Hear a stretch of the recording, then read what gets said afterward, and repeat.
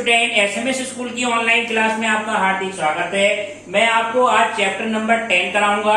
इससे पहले आपको दो चैप्टर करा दिए, चैप्टर नंबर 9 अनुक्रम व श्रेणी वाला और चैप्टर नंबर 3 ट्रिग्नोमेट्रिकल फंक्शन वाला।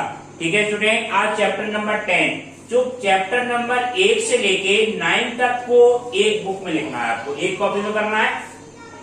ठीक है, मैथ फर्स्ट में है।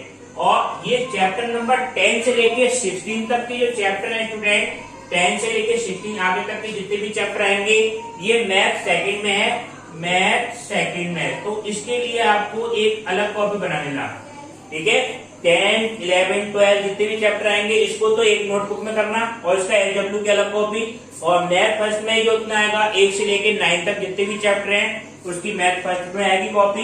तो इसको आपको एक कॉपी और बनानी पड़ेगी मैथ सेकंड के लिए। ठीक है, आज आपको चैप्टर नंबर 10 कराते हैं स्ट्रेट लाइन का। स्ट्रेट लाइन का आप चैप्टर देखें स्टूडेंट किस तरह से होगा। सबसे पहले आप देखोगे 10वीं क्लास में पढ़ा होगा क्या कोऑर्डिनेट होते हैं, 4 कोऑर्डिनेट होते हैं। ठीक है, एक्स का डैश, वाई का डैश और ओरिजिन। ठीक है, पहले कोऑर्डिनेट में अगर हम बात करें तो ये क्या होता है, एक्स वाला पॉजिटिव होगा, पॉजिटिव, और ये भी क्या होगा, पॉजिटिव।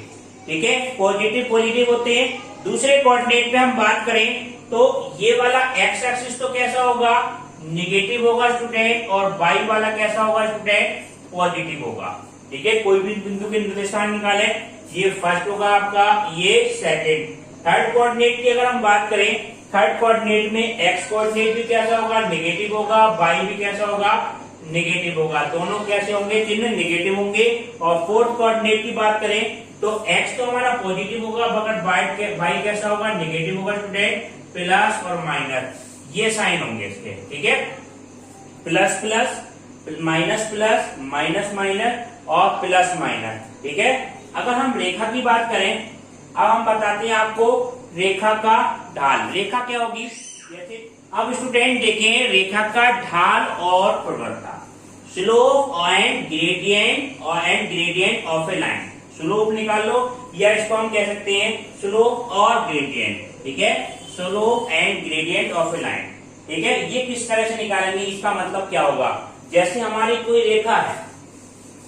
ठीक है, ये रेखा हमारी एक्स अक्ष की धन दिशा से, एक्स अक्ष की पॉजिटिव डायरेक्शन ये हो जाएगी स्टूडेंट, एक्स का डैश, वाई का dash. Positive direction of x axis, x अक्ष की धन दिशा हमारी यही तो कहलाएगी। एक्स अक्ष की धन दिशा से कोई रेखा हमारी ए बी रेखा कितना कोण बना रही है, थीटा कोण। एक्स अक्ष की धन दिशा की बात हो रही है तो एम बराबर इसका जो ढाल होगा, ढाल भी कह सकते हैं, प्रवणता भी कह सकते हैं, इंग्लिश में कहेंगे स्लोप या ग्रेडियंट। ठीक है, तो इसका जो ढाल होगा इसको किससे डिनोट करेंगे, हम एम से डिनोट करेंगे। एम बराबर क्या होगा आपका फार्मूला, tan थीटा। मगर एक बात का ध्यान रखना, जो थीटा होगा एक्स अक्ष की धन दिशा से बना हुआ कोण होगा। अगर इधर का कोण कहीं दे रखा होगा आपसे तो 180 में से आप घटा के निकालेंगे। ठीक है, अब कहीं कहीं ढाल हम कैसे निकालें, मान लो इस बिंदु और ए बिंदु के निर्देशांक, ए और बी बिंदु के निर्देशांक हमें दे रखे हो। ठीक है, रेखा का ढाल होने का अगर हमें अब क्या दिए हुए हैं, जब रेखा का ढाल, जब दो बिंदुओं के निर्देशांक हमें दे रखे हैं। मान लो कोई रेखा हमारी ए बी है। ठीक है, और ए बिंदु के निर्देशांक हमें क्या दे रखे हैं, x1 दे रखे हैं और y1, और इसके निर्देशांक x2 और y2, ये हमें निर्देशांक दे रखे हैं और हमें इसका ढाल निकालना है। ठीक है, x1 y1 का मान कुछ भी हो सकता है स्टूडेंट, तो इसका जो ढाल निकलेगा उसके लिए क्या सूत्र है स्टूडेंट, ढाल या प्रवणता एक ही बात हो गई। m बराबर क्या सूत्र होगा, y2 minus y1 upon x2 minus x2, ये ढाल के लिए सूत्र होता है। ठीक है, ढाल का सूत्र हो जाएगा y2 minus y1 upon x2 minus x1। अब आप देखें आगे। अब स्टूडेंट रेखाओं के ढाल से संबंधित आपको कुछ एग्जाम्पल कराते हैं।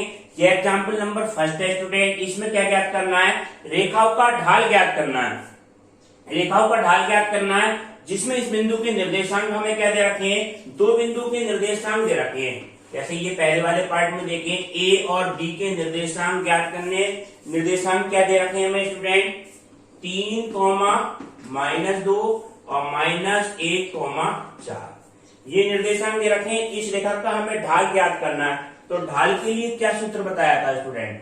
ढाल m बराबर क्या बताया था? By 2 minus by 1 upon x2 minus x1। ठीक है, अब जो यहां से बिंदु स्टार्ट होता है, यहां से क्रम से मान लो ये x1 बाई 1 x2 और बाई 2। ठीक है स्टूडेंट, अब देखो बाई 2 की वैल्यू कितनी है? 4। 4 में से कितना घटाओ? 4 माइनस माइनस 2।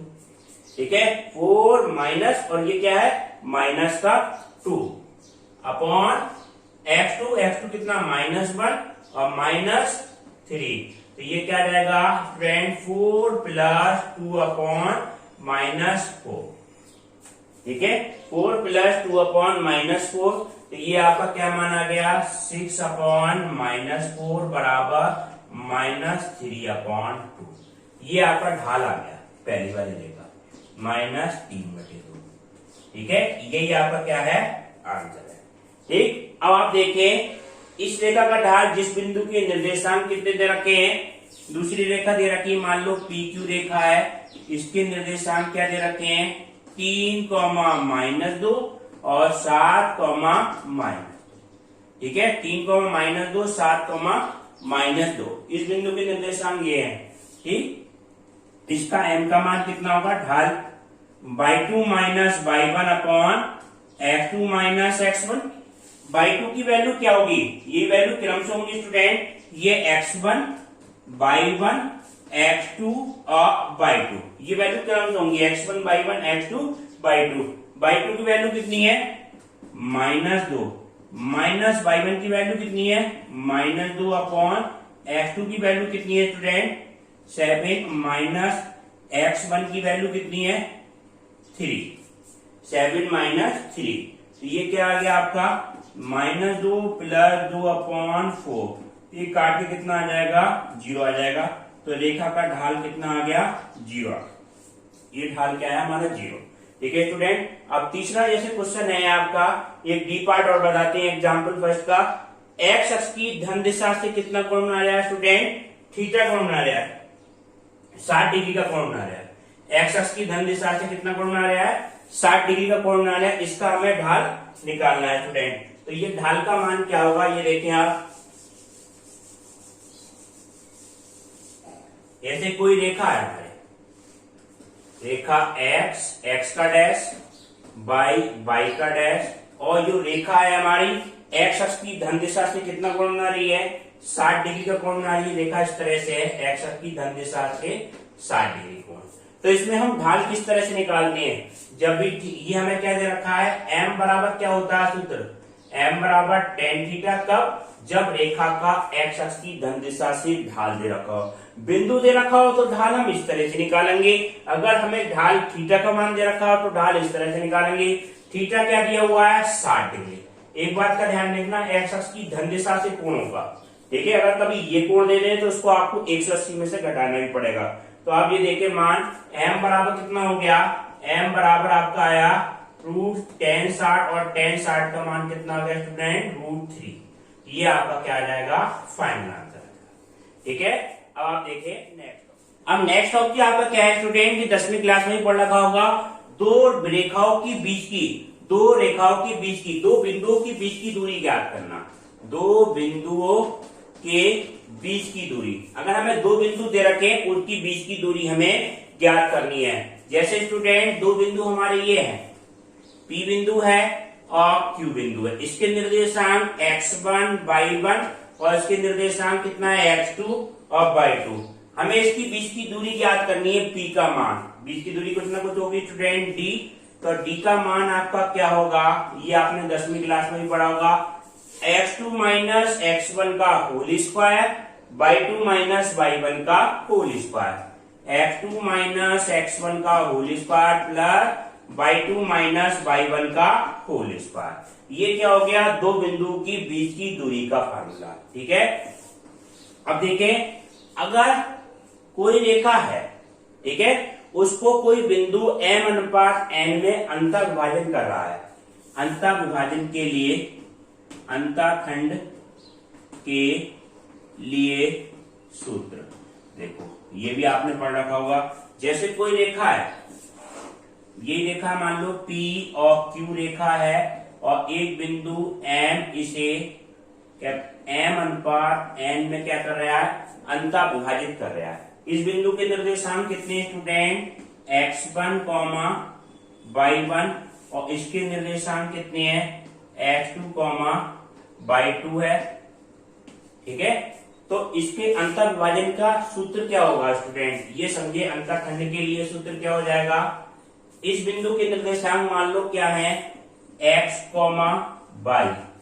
ठीक है, कुछ ना कुछ तो निर्देशांक होंगे, इसके भी निर्देशांक। तो x बराबर क्या होगा, m into x2, m into x2 plus m into x1 बटे नीचे क्या आ जाएगा, m प्लस n।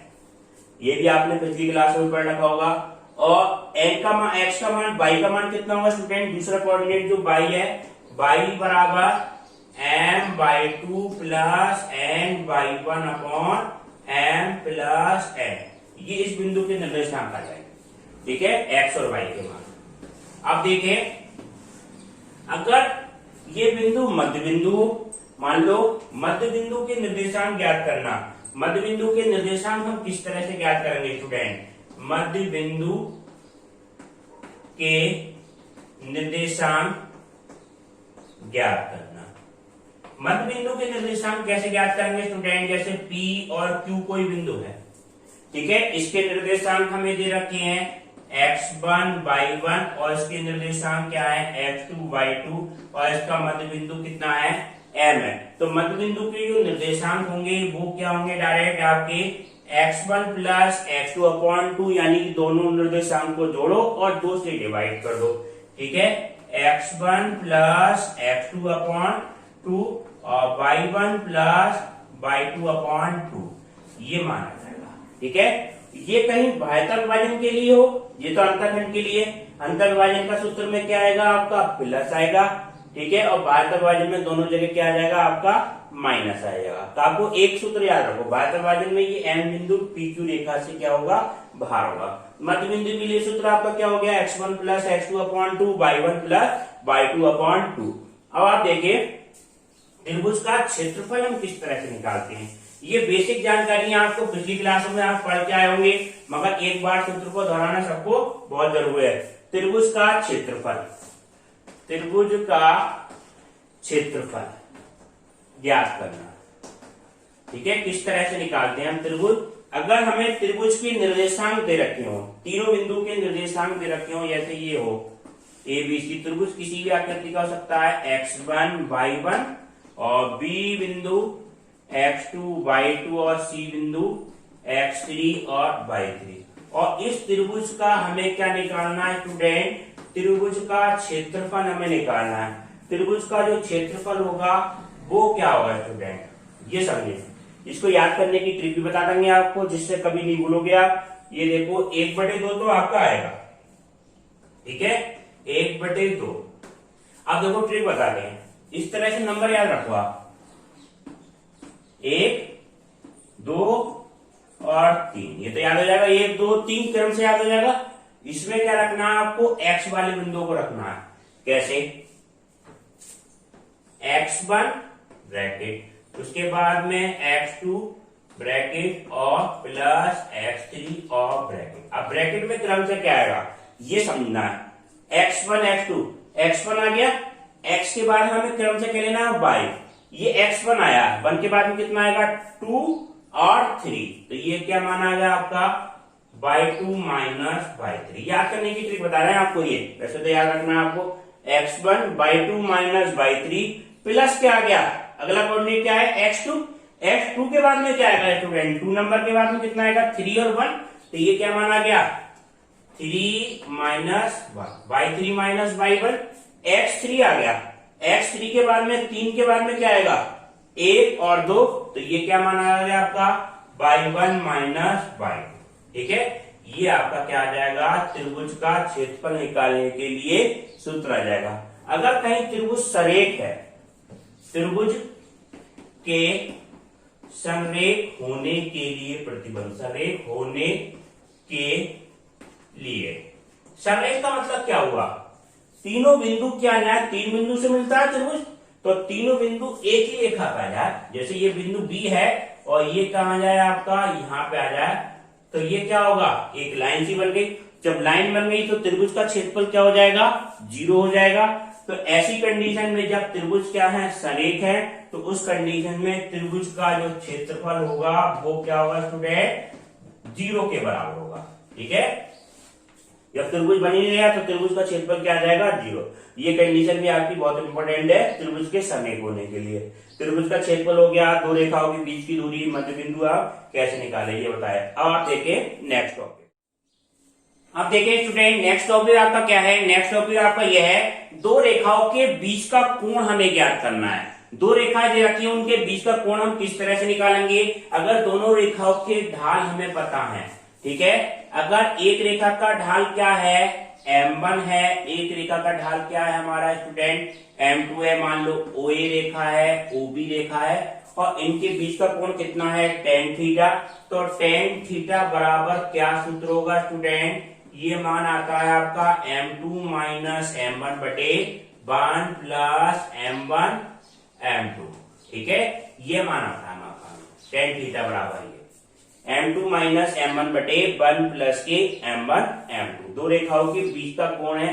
अगर दो रेखाएं आपकी समांतर हो, यदि दो रेखाएं कैसी हो, समांतर, समांतर हो, तो उसके लिए क्या प्रतिबंध होगा।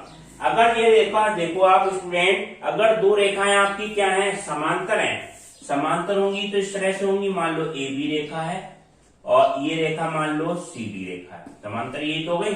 समांतर है तो हम क्या देख रहे हैं, जब समांतर रेखा आपस में तो मिलती नहीं है, तो जब नहीं मिलेंगी तो कोण कितना हो जाएगा, थीटा का मान कितना होगा स्टूडेंट, थीटा बराबर कितना हो गया, 0 हो गया। और थीटा का मान 0 हो गया तो इसके बीच का कोण कितना है, 0। तो tan 0 बराबर, tan थीटा बराबर यही तो है स्टूडेंट, M2 माइनस M1 बटे 1 प्लस M1 M2।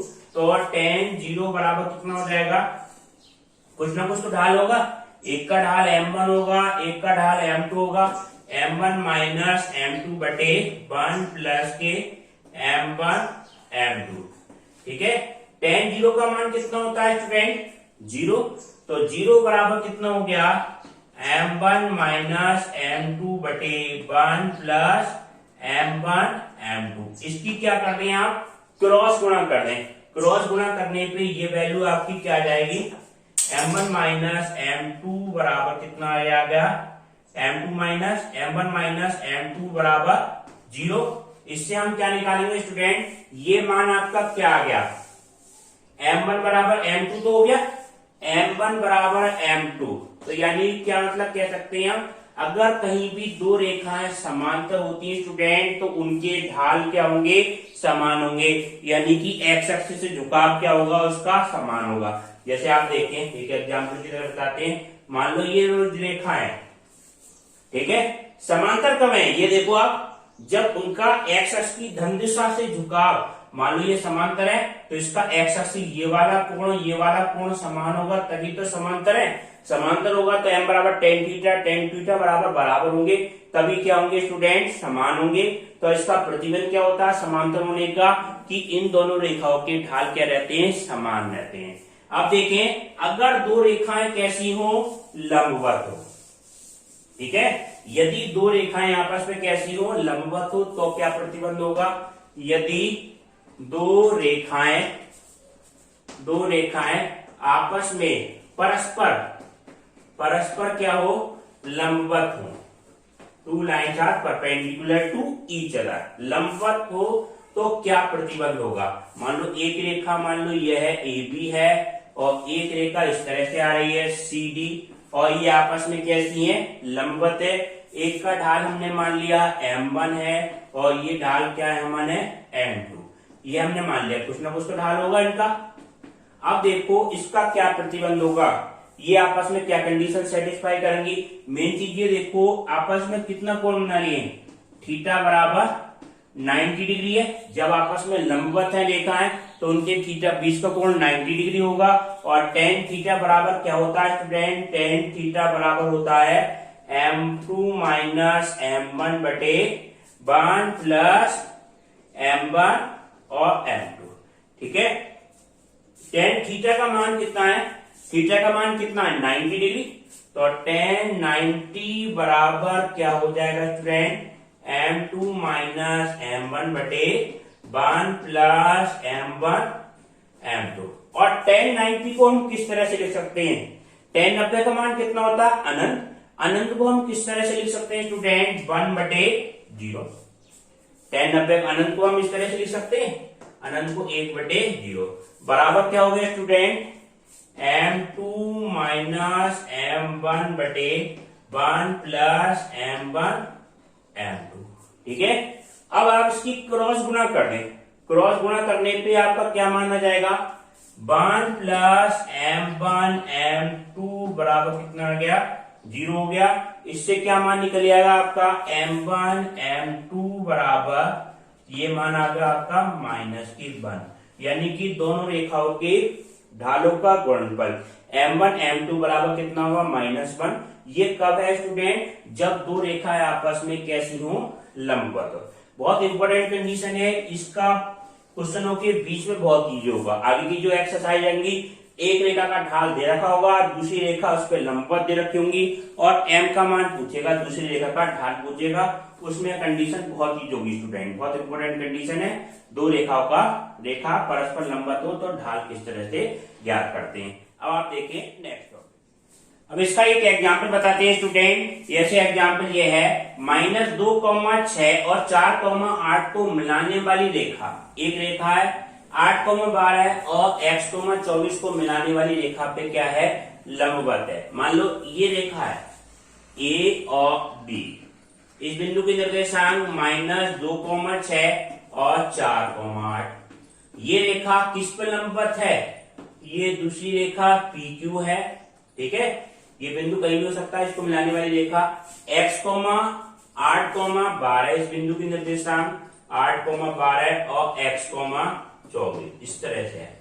ये आपस में कैसी है? रेखाएं लंबवत हैं। तो किसका मान ज्ञात करना? हमें x का मान ज्ञात करना है। अभी क्या कंडीशन बताई थी स्टूडेंट? अगर दो रेखाएं आपस में लंबवत होती हैं तो उनके ढालों का गुणनफल कितना होता है? -1 होता है। तो इसको हम किस तरह से निकालेंगे स्टूडेंट? पहले पहली रेखा का ढाल निकालेंगे, फिर दूसरी रेखा का ढाल निकालेंगे, फिर इसका प्रतिबंध लगा देंगे m1 m2 बराबर -1। तो सबसे पहले आप देखो AB रेखा का ढाल कितना आएगा? AB रेखा का ढाल, AB रेखा का ढाल आपका क्या हो जाएगा? m1 बराबर y2 minus y1 upon x2 minus x1। यही तो सूत्र होता है, y2 minus y1 upon x2 minus x1। ये आपका क्या मानेगा? 8 माइनस 6 अपॉन 4 प्लस 2। 4 प्लस कितना आ जाएगा? 2। m1 का मान कितना आ गया? ये आपका मान आ गया 2/6 बराबर 1/3। m1 का मान आ गई 1/3, यानी कि AB रेखा का ढाल आपका है 1/3। इसका ढाल क्या मान लो आप? ये m1 माना, इसका ढाल क्या मान लो आप? m2 मान लो। PQ रेखा का ढाल कितना आएगा स्टूडेंट? ये सूत्र लगा दो आप, y2 minus y1 upon x2 minus x1। ठीक है स्टूडेंट, अब देखो मान y2 माइनस y1, तो ये मान आपका क्या हो जाएगा? 24 माइनस 12, 24 माइनस 12 बटे x माइनस 8। x माइनस 8 ये किसका मान है स्टूडेंट? m2 का मान है। तो m2 का मान कितना हो जाएगा? 24 माइनस 12, तो ये कितना आ गया आपका? 12 बटे x माइनस 8। अब क्या प्रतिबंध होता है? अगर दो रेखाएं आपस में लंबवत होती हैं स्टूडेंट, तो क्या प्रतिबंध होता है? दोनों रेखाओं के गुणनफल m1 m2 बराबर क्या होना चाहिए? -1 होना चाहिए। तो हमने क्या निकाल लिया? दोनों रेखाओं के ढाल निकाल लिए। लंबवत होने की प्रतिबंध क्या होती है? इसको शॉर्ट में हम ऐसे लिखते हैं, लंबवत को इस तरह से। ये चिन्ह का ध्यान रखना। अगर AB रेखा लंबवत किस पे हो? CD पर हो, तो इम्प्लाई क्या कंडीशन होती है? m1 m2 बराबर क्या होता है? -1। m1 का मान कितना है? 1/3 और m2 का मान कितना है स्टूडेंट? 12 बटे x माइनस 8। 12/x माइनस 8 बराबर कितना हो गया -1। इसको सॉल्व कर लें, 3 चौक 12 तो 4 बराबर, इसकी हम क्रॉस गुणा करेंगे कितना हो जाएगा स्टूडेंट, ये आपका मान आ गया -8x और प्लस के 8, ये मान आया आपका। अब इसको आप सॉल्व कर दें तो x तो इधर आ जाएगा पॉजिटिव हो जाएगा, ये आपका आ जाएगा 8 माइनस 4, x बराबर कितना हो गया स्टूडेंट 4, ये आपका क्या आ जाएगा फाइनल आंसर आ जाएगा। ठीक है स्टूडेंट, अब आप देखिए नेक्स्ट। अब देखिए नेक्स्ट क्वेश्चन आपका क्या है स्टूडेंट, नेक्स्ट क्वेश्चन ये है एक्सरसाइज 10.1 का पहला क्वेश्चन है स्टूडेंट, ये है -4,5 और 0,7 5, -5 -4, -2 कार्तीय तल में एक त्रिभुज का क्षेत्रफल ज्ञात करना जिसके निर्देशांक हमें क्या दे रखे हो, ये दे रखे हो स्टूडेंट, ये निर्देशांक दे रखे हैं, इसका क्षेत्रफल भी ज्ञात करना है और इसको क्या करना है, इसका आरेख भी बनाना है। कार्तीय तल में क्वेश्चन ये है, कार्तीय तल में एक चतुर्भुज खींचिए, चतुर्भुज खींचना है पहले तो, और उसका क्या ज्ञात करना है स्टूडेंट, इसका क्षेत्रफल भी ज्ञात करना है। तो सबसे पहले ये बिंदु देखेंगे कहाँ कहाँ है। सबसे पहले हमने आपको यही बताया था कि coordinate plus minus minus plus वाला आपको कहाँ होता है, सबसे पहले उससे हम चित्र बनाएंगे इसका। ठीक है स्टूडेंट, ये एक्स का डैश, वाई का डैश और ओरिजिन। पहला बिंदु क्या है -4,5। अब ये सोचो कौन से कोऑर्डिनेट में बताया था, -4 यानी कि एक्स अक्ष की ऋण दिशा, तो ये मान आपका आ गया लगभग 1 2 3 4 और 1 2 3 4, -4 तो ये हो गया, 5 क्या है बाई एक्सिस पे, तो ये लगभग हो गया 1 2 3 4 5, ये आपका बिंदु के निर्देशांक आ गए। पहला बिंदु मान लो आप ये -4,5, ठीक है, ये सेकंड कोऑर्डिनेट में आया। दूसरा बिंदु 0,7, एक्स एक्सिस पे 0 यानी कि एक्स एक्सिस पे ये, और वाई एक्सिस पे कितना है 7, तो वाई एक्सिस पे 5 तक, तो ये आ गया 6 और 7, ये बिंदु आपका क्या आ जाएगा बी बिंदु 0,7। ठीक है, तीसरा बिंदु 5,-5, एक्स एक्सिस पे तो प्लस है, वाई एक्सिस पे -5, तो +5 तो ये हो गया 1 2 3 4 5 और -5 नीचे की तरफ 1 2 3 4 5, ये बिंदु के निर्देशांक कितने आए आपका स्टूडेंट, सी बिंदु 5,-5, ये बिंदु आपका आ गया सी। और डी बिंदु क्या है -4 -2, ये थर्ड कोऑर्डिनेट में है स्टूडेंट, सबसे पहले ये बताया था दोनों माइनस क्यों, तो थर्ड कोऑर्डिनेट में एक्स एक्सिस पर -4 ये आ गया और वाई एक्सिस पर -2, ये आपका क्या मान आएगा, ये वाला बिंदु आ गया स्टूडेंट। ठीक है, ये -2, ये बिंदु कौन सा आ गया स्टूडेंट, -4 और -2, ये चारों बिंदु मिल गए। अब इन चारों बिंदु को मिलाते हुए एक चतुर्भुज बनाओ, तो आरेख तो आपका ये बन गया। पहला क्वेश्चन तो यही पूछा था स्टूडेंट, ये सी और ये बिंदु आपका क्या है डी, डी बिंदु के निर्देशांक ये है, तो ये आपका आरेख बन गया।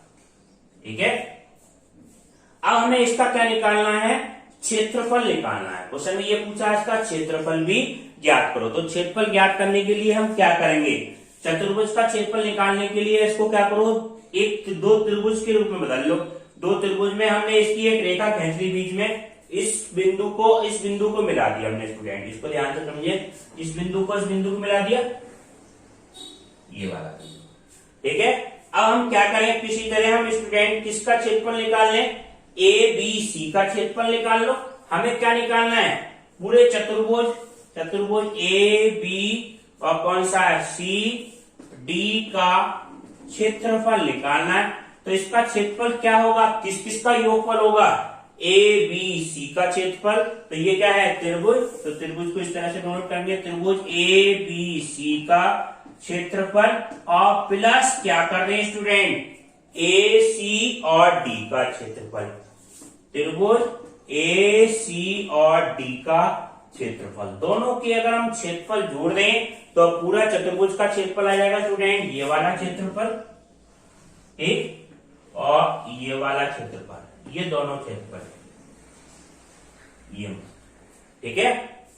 अब त्रिभुज इसको डाल दें आप समीकरण नंबर 1, त्रिभुज एबीसी का क्षेत्रफल, त्रिभुज एबीसी का क्षेत्रफल क्या होगा, त्रिभुज एबीसी का क्षेत्रफल, ठीक है, क्षेत्रफल निकालने का क्या तरीका बताया था वो देखें आप। क्षेत्रफल निकालने का आपका स्टूडेंट क्या बताया था तरीका, पहले तो सूत्र याद करें। सूत्र तो बहुत आसानी से याद हो जाएगा, 1/2 तो है। x1 1 2 3 तक के नंबर याद रखो आप, क्रम से आएंगे x1/2 minus y3 plus x2/3 minus y1 plus x3/1 minus y2। ये माना है आपके क्रम से 1 2 3 2 3 1, ये नंबर याद रखना है आपका 1 2 और 3, 1 2 3 2 3 1 और 3 1 2 क्रम से है ये मान। ये आपने पढ़ा होगा 9th क्लास में इस तरह का सूत्र। अब इसका क्षेत्रफल निकालना है, पहले एबीसी का क्षेत्रफल। ठीक है स्टूडेंट, एबीसी का निकालेंगे पहले क्षेत्रफल, फिर क्षेत्रफल किसका निकालेंगे, एसीडी का। दोनों क्षेत्रफल को समीकरण 1 पर रख देंगे, यानी दोनों क्षेत्रफल हम जोड़ देंगे तो हमारा चतुर्भुज एबीसीडी का क्षेत्रफल आ जाएगा।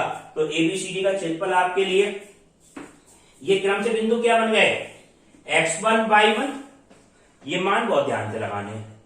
अब x1, इसके लिए आप ये लिख लो x1/1, x2/2, x3/3, ये अलग भी लिख सकते हैं आप, इस तरह से भी लिख लो। x1 कितना है, -4, ये लो -4, ठीक। y2 माइनस y3, y2 का मान कितना है 7 और y3 का मान कितना है -3, तो ये क्या आ गया आपका 7 माइनस, ये माइनस का ऑलरेडी है, ये कितना है स्टूडेंट, -5 है, अभी गलत हो जाता, -5 है, तो 7 + 5, ठीक है, y2 माइनस y3, इसका हो गया। उसके बाद क्या है x2, x2 हमारा कितना है 0, ठीक है, 0 वाला तो बढ़िया, कोई वैल्यू आएगी 0 ही आएगी।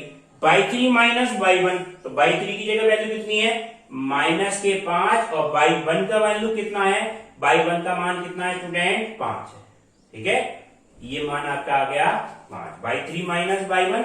उसके बाद x3 आपका क्या है, x1 हो गया, x2 हो गया, x3 कितना है 5 है, तो ये मान आपका कितना आया 5 आया। उसके बाद में ये मान आपका क्या आएगा, y1 माइनस y2, y1 का मान कितना 5 माइनस 7, ये आपका आ गया 5 माइनस 7, ठीक है स्टूडेंट। ये आपका देखो 1/2, ये मान बचा -4 गुणा 7 5 12, ये तो 0 हो जाएगा, और ये मान आपका आ गया 5 गुणा, ये कितना मान आएगा माइनस का 2 बचा, -2, ठीक है स्टूडेंट। कहीं क्षेत्रफल नेगेटिव में आएगा तो उसको आप क्या कर लेंगे पॉजिटिव, क्योंकि क्षेत्रफल तो कोऑर्डिनेट की वजह से नेगेटिव आता है, क्षेत्रफल आप हमेशा क्या रहता है पॉजिटिव रहता है। तो ये मान क्या आएगा 1/2, ये मान आपका क्या आया -12 चौक 48, -48 और माइनस ये कितना आ जाएगा 10, ठीक है स्टूडेंट। तो ये आपका क्या मान आया -58/2, क्योंकि क्षेत्रफल किसी का निगेटिव नहीं होता स्टूडेंट, इस वजह से क्या कर लेंगे हम पॉजिटिव। इस क्षेत्रफल को क्या लिख लो आप A1 लिख लो, तो ये क्या आ जाएगा 58/2, ये आपका आ गया पहला, ठीक है। A1 का मान आ गया त्रिभुज ABC का क्षेत्रफल। अब आप देखें त्रिभुज ACD का क्षेत्रफल हम किस तरह, अब देखें स्टूडेंट क्या निकालना है, त्रिभुज ACD का क्षेत्रफल निकालना है। तो यहां पर क्या कर लो आप AC और D, ACD का क्षेत्रफल, सूत्र तो हमारा यही रहेगा 1/2 x1 y2 minus y3 x2 y3 minus y1 plus x3 y1 minus y2। अब आप ये देखो ये बदल जाएंगे, ठीक है, इसको आप दोबारा करके लिख लेना। आप देखो किस तरह से ये x1 y1, ये x1 y1, तो ये आपका ये रहे x1 y1, क्रम से ये रहे x1 y1। उसके बाद में कुछ बिंदु कौन सा A C बिंदु के निर्देशांक कितने हो गए आपके x2 और y2, ठीक है, और x3 और y3 कौन से हो गए, लास्ट में बिंदु क्या है D, x3 और y3। इसको आप क्रम से कैसे भी ले सकते हैं, बस क्या पड़ेगा चिन्ह का अंतर पड़ेगा, और वो मापांक होता है, त्रिभुज का क्षेत्रफल नेगेटिव नहीं होता है स्टूडेंट, इसको लास्ट में क्या कर सकते हैं हम पॉजिटिव रख सकते हैं। अब देखें इसका मान देखें, A2 का मान हम निकालना है, इसके क्षेत्रफल को क्या कर दिया हमने, ऊपर वाला क्षेत्रफल तो A1 आया, A2 हम नीचे वाला क्षेत्रफल कर लेंगे, दोनों के क्षेत्रफल को हम जोड़ देंगे, ठीक है। तो ये हम देखें कैलकुलेशन 1/2 तो ऐसे गया। x1 का मान बताओ, x1 का मान कितना है स्टूडेंट -4, ये लो -4, ठीक है। बाई 2 माइनस बाई 2 का मान कितना है -5 और बाई 3 का मान कितना है -2। तो ये मान आएगा -5 और माइनस माइनस प्लस के 2। ठीक है, ये मान आ गया। उसके बाद x2 का मान कितना है 5, x2 का मान कितना आ गया 5 आ गया, प्लस ब्रैकेट में क्या आएगा बाई 3 माइनस बाई 3 का मान कितना है -2 और बाई 1 का मान कितना है -5, -2 -5 प्लस x3 का मान कितना है प्लस x3 हमारा क्या है -4 और ब्रैकेट बाई 1 माइनस बाई 2, तो बाई 1 का मान कितना 5 और बाई 2 का मान कितना है -5। ये कितना हो जाएगा 5 और प्लस 5, ये आपका मान आया बाई 1 माइनस बाई 2, ये प्लस का हो गया। अब देखिए कैलकुलेशन, ये आपका क्या माना है 1/2, ये कितना देगा माइनस का 3 और माइनस का 4, -3 चौक 12, प्लस का 12 हो गया, प्लस ये क्या आ जाएगा माइनस आ जाएगा स्टूडेंट माइनस के 7 पंजे 35, तो माइनस का 35 और ये मान आपका आया 25 और चौक 5 5 10 सॉरी 5 और 5 10 और 10 चौक कितना हो जाएगा -40। ठीक है, ये आपका क्या मान आया हम निकालेंगे, तो ये आपका मान आया 1/2 12 माइनस 35 और ये क्या मान आया 40 और 35 5 और 7 75 में से 12 घटा दो। ठीक है, 12 घटाने में कितना हो जाएगा 3 और 1 63 बचा, तो ये मान आपका आया -63 और मापांक हम त्रिभुज का क्षेत्रफल पॉजिटिव लेते हैं स्टूडेंट, मापांक में होता है, तो A2 का मान कितना आ जाएगा 63/2, ये मान आ गया। ये 58/2 और ये कितना आ गया 63/2। अब दोनों का त्रिभुज का क्षेत्रफल जोड़ना है, चतुर्भुज का क्षेत्रफल ये जो था ABC और ACD, तो इसके मान रख दो आप A1 A2 के मान रख दो, तो ये फाइनल वैल्यू आपकी क्या है स्टूडेंट, ये मान आपका आएगा 63/2 और प्लस कितना है 58/2, दोनों को जोड़ दो, आपका क्या आ जाएगा 8 और 3 कितना 11 और 6 और 6 कितना हो जाएगा 12/2 और क्षेत्रफल की इकाई कैसे लिखते हैं हम स्टूडेंट वर्ग इकाई, कैसी हो सकती है मीटर सेंटीमीटर, निर्मल आपको लिखना है वर्ग इकाई, इकाई का मान कैसे भी हो सकता है। ठीक है स्टूडेंट, ये आपका क्या आ जाएगा फाइनल आंसर आ जाएगा। अब आपको नेक्स्ट क्लास इसकी अगले पार्ट में कराएंगे और SW क्वेश्चन आपको PDF से करने हैं। ठीक है स्टूडेंट, और ये जो बुक है ये काम है आपको, इसके लिए आप अलग कॉपी बना लेना, मैथ सेकंड की कॉपी। ठीक है, उसमें आप ये नोट करना है, इसकी SW भी अलग बनेगी और SW ये CW का काम उसमें होता है। ठीक है स्टूडेंट, नेक्स्ट क्लास इसके अगले पार्ट।